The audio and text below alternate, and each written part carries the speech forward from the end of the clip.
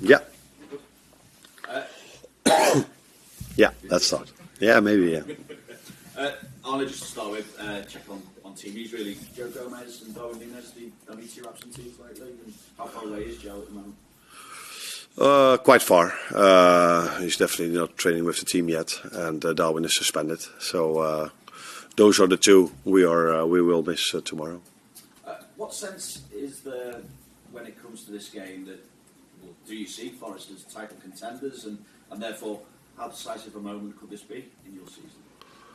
I've always said that you can judge the table best halfway through the season, and that moment is there now. So if Forest is then up there with us, with Arsenal, Chelsea, and City, and all the others, then they definitely are a team that's in competition with us and with the other teams. And they deserve to be treated like this if you look at the way they play, if you look at their results.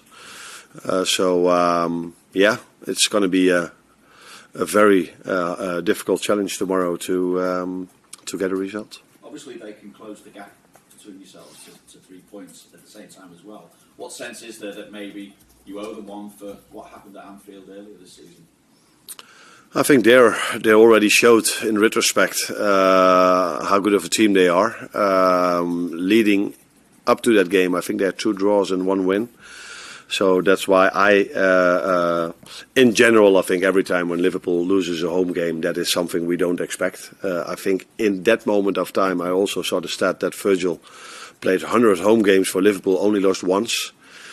So for us to lose then on that day was for me hard to take, as you probably experienced. Now looking back at it and seeing where they are in the league, it's not as been such a shock result as I thought it was back then. So they had a very good game plan, changed the wingers that normally played and brought them in the end, and they made a difference. So although I expect their wingers that have done so well to be in the starting 11 tomorrow, is that something he changed back then, and that worked really well for them during that game. Given the players that you've got available now, and the fact that you've got a couple missing for a game like this, and very few injured at the moment, the way that you've managed the players, how much of an advantage do you think that will be now going into a really busy period when you see a lot of Premier League clubs around you that have got a lot of injuries? Yeah, but that is also there's also this moment. 2 weeks ago, or 3 weeks ago, or 2 months ago, or in 2 weeks, things can be totally different. But it's definitely helpful for every manager everywhere around the world to have all your players available, and that is what we almost have at the moment, and that's a very positive thing because we play so many games, and not only us, all the teams that are in Europe here in England play a lot of games because there's a League Cup and an FA Cup to be played in as well. So then it helps if they are available, but yeah, you can't compare all situations together. Some teams have squads that are even bigger than us. Some teams don't have a squad that's bigger than us, but the teams we are in competition with, of course, they would have loved to have all their players available. But there are also teams that have a lot of players in their squad. But ideally, like I said, you want to have all your players available. That's what we are having at the moment. Let's hope that almost all of them, we can continue going like this. And in terms of having seen some of the young players play at the weekend in the FA Cup game, how excited are you by the next crop of young players that are going to be coming through, and you'll have at your disposal in the future? That's very important for every club, but especially for this club. I think I said it after the last League Cup game, not in Tottenham, but the one before, that this club always brought talents through the ranks. Is that the way you say it? Yeah. And it's nice to see that, again, there are a few youngsters that are having impact already in our training sessions, but like you saw in the game Saturday, also during the game, with Jadon scoring, with Rio having a good game, with Trey assisting to the fourth goal that Federico made. So it's always nice because it gives also good energy in the building. If youth and academy players train with us, do well, play with us, do well, that gives nice energy in the team as well. Arne, I can remember you saying earlier on in the season that the formation that you most like to play against was a low block, low defensive block, because you will have more possession. Nottingham Forest this season have got that system almost off to a fine art, as they showed at Anfield and in games since then. And why do you think they've been able to implement that in such a successful fashion? I know they've got the pace in the wide areas with the fullbacks as well as the wingers, and very clever in midfield. It is going to be a difficult threat for you. Yeah, it definitely is. I think what every manager tries to do is find the game plan or the playing style that suits the players best, and I think that is what the manager of Nottingham, Nuno, did very well. So the playing style they have suits them really good. So they have a hard-working team. So without the ball, they work really hard. Chris Wood is a great example of that. But he's also a player that can hold the ball. And they have, like you said, very fast wingers and players on the midfield that can bring these wingers in promising positions. Mostly in counter-attacks, but they are not only counter-attacks. That's definitely not true. They've scored and been a threat by counter-attacks a lot, but they can also bring the ball if the ball is on the floor. So they hardly take the risk of build-up from the goalkeeper, but if they bring the ball to the floor, then you can see the quality they also have when they want to play. So yeah, I think Nuno did a great job in implementing a style of play that suits the players very well. Great to see Diogo Jota getting back on the score sheet at the weekend.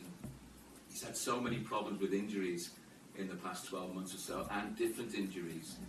Will you devise a special programme to try and maintain his fitness levels and sort of manage his time? Because he can be such a fabulous addition for you, not just with his finishing where he's clinical, but he's so aggressive at the top end of the pitch. Yeah. I think we, for all of them, have for 80% the same program, and then the last 20% is for every player individual. So they do individual work in the gym as well. So it's not only for him that we have a special program. We try to have a special program for all the squad players we have.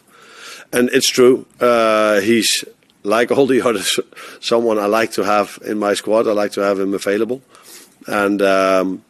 When it comes to building up his match fitness, I think you also saw that it went from 30 minutes to a bit more. And now he's ready to play 90. And that's a good thing because we have to play many games in the upcoming weeks. And it's nice to have him available, and hopefully he stays like this for the last 4 or 5 months. Jota also wore the armbands at the weekends. Been interesting hearing your views on what players bring off the pitch. Just wondering now, as obviously a senior member of that forward line, what is he like in amongst the group? Hard worker, what you see on the pitch as well. So tries to become a better player every single day. Is a player that is in my opinion good in both parts. So he's a threat when he's attacking, but for a number 9 like Chris Wood, I just said, he works really hard as well. And I think that's modern football. You need to have 11 players that work really hard. Back in the days when I played, you could be a number 10 like me that didn't do that much without the ball. But in modern football, that's impossible if you want to compete. And so Jota is he's an experienced player, so that was also one of the reasons why he wore the armband. I think he served the club the longest from the players that were in the team at that moment. So yeah, let's hope he stays fit. With both teams near the top of the table, it's kind of been suggested this is a bit of a throwback fixture to some of those jostles in the 70s and 80s. Not expecting a history lesson by any stretch, but how much of that are you kind of aware of back in the day? I think it was 10 minutes ago when someone told me, I'm not going to say who, that it was 78, 79 Liverpool, and then 2 years Forest, and then Liverpool again.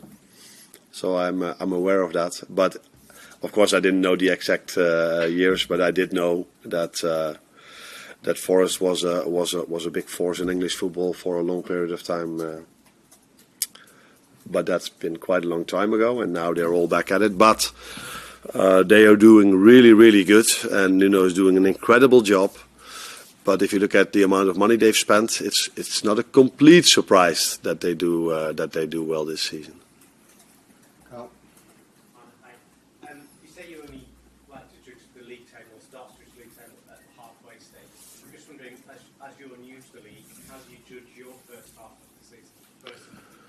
Yeah, I said you can judge the league table better halfway through the season than after 6, 7, 8, 9 or 10 games. But we also know that in the second half of the season, teams improve for a few reasons. Some teams bring extra players in the January window.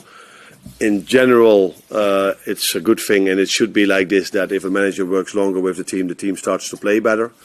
And there's, I think, even more at stake in the second half of the season. At least that's what you sometimes feel. So that's why you see some shocking results in the last part of the season, where teams that are battling against relegation all of a sudden can win against a top 4, top 5 team. So that's why we have to improve, and that's why it is it's a good way of judging the league table, but it's still a long way to go. With for us 20 games to be played, and for the rest 19. Am I correct now? Or 19 to 18? 19, 18, I think. Yeah. But for you personally, has it gone better than you could have imagined, or as you expected it to go? I said many times that if you go into a job, you don't think about where will we be halfway through the season when it comes to the position in the league table. What you do try and are focused on a lot is can we make the players really fit, and can we let them work really hard, and can we implement playing style in the best possible way from the start on already. And you never know what the other teams are going to do. So I don't think any one of us would have expected to be where City is at the moment, although you can see already now that they are coming back, that they are winning their games in a way where we're all like, this is City again. So you don't think about these things before the start of the season. You mostly think about, okay, can I let these players play in a way I would like them to play, and hopefully the fans would like them to play as well. Liverpool scored more goals than anyone else in the Premier League this season, but they're coming up against a team who are on 5 consecutive clean sheets. Now, considering that they're not really giving up chances, let alone conceding goals at the moment, but Liverpool have won every single game which they've scored first. Do you think that the opening to this game might be more important than even some of the other games? I think the opening of a game is always very important, especially if you play an away game, because I assume, and I think I'm 100% right, that the atmosphere in the stadium will be fired up tomorrow before the game, and definitely from the start. So that makes it even more important to don't get that going even more. But yeah, they are a team that hardly concedes goals, and there's also a reason for that. They don't take the risk in build-up. So mostly when they lose a ball, they've got many players behind the ball. And if they do have to defend, I see 11 players that work really hard to prevent the other teams from scoring. That is something we have in common with Forest, and that's probably also the reason why we are. Did we concede less or just as much? You're about the data. Just a few less. So there's that's probably the main reason why these teams don't concede a lot, because and then they have centre backs that can defend the box really well. So if you bring a lot of crosses in, it's not easy to score against them. We've experienced this at Anfield, because I looked the game back, and they didn't steal anything because we hardly created a chance. And they almost deserved to win, because they made us play a poor game, and they were doing really well in that game. So we know it's going to be tough, not only because we faced them a few months ago, but also we all see how special of a season it is for them. Arne, you mentioned about watching the game back from September. What can your team learn from that? What do they need to do differently tomorrow night? I watched it back because I wanted to see what we did back then in terms of tactics and what we could do now. But I assume, but I'm not sure, of course, because I don't make the lineup for Forest. But back then it was already a surprise for us that Hudson-Odoi and Elanga weren't playing. But they are playing so well now that it would again be a surprise to me if they don't start now. And back then they didn't start, and they played more with midfielders in these positions. So we have to wait and see. We are prepared for both, of course, but that we have to do better than that game, that is clear. And they have still similar playing style, like we still have the similar playing style.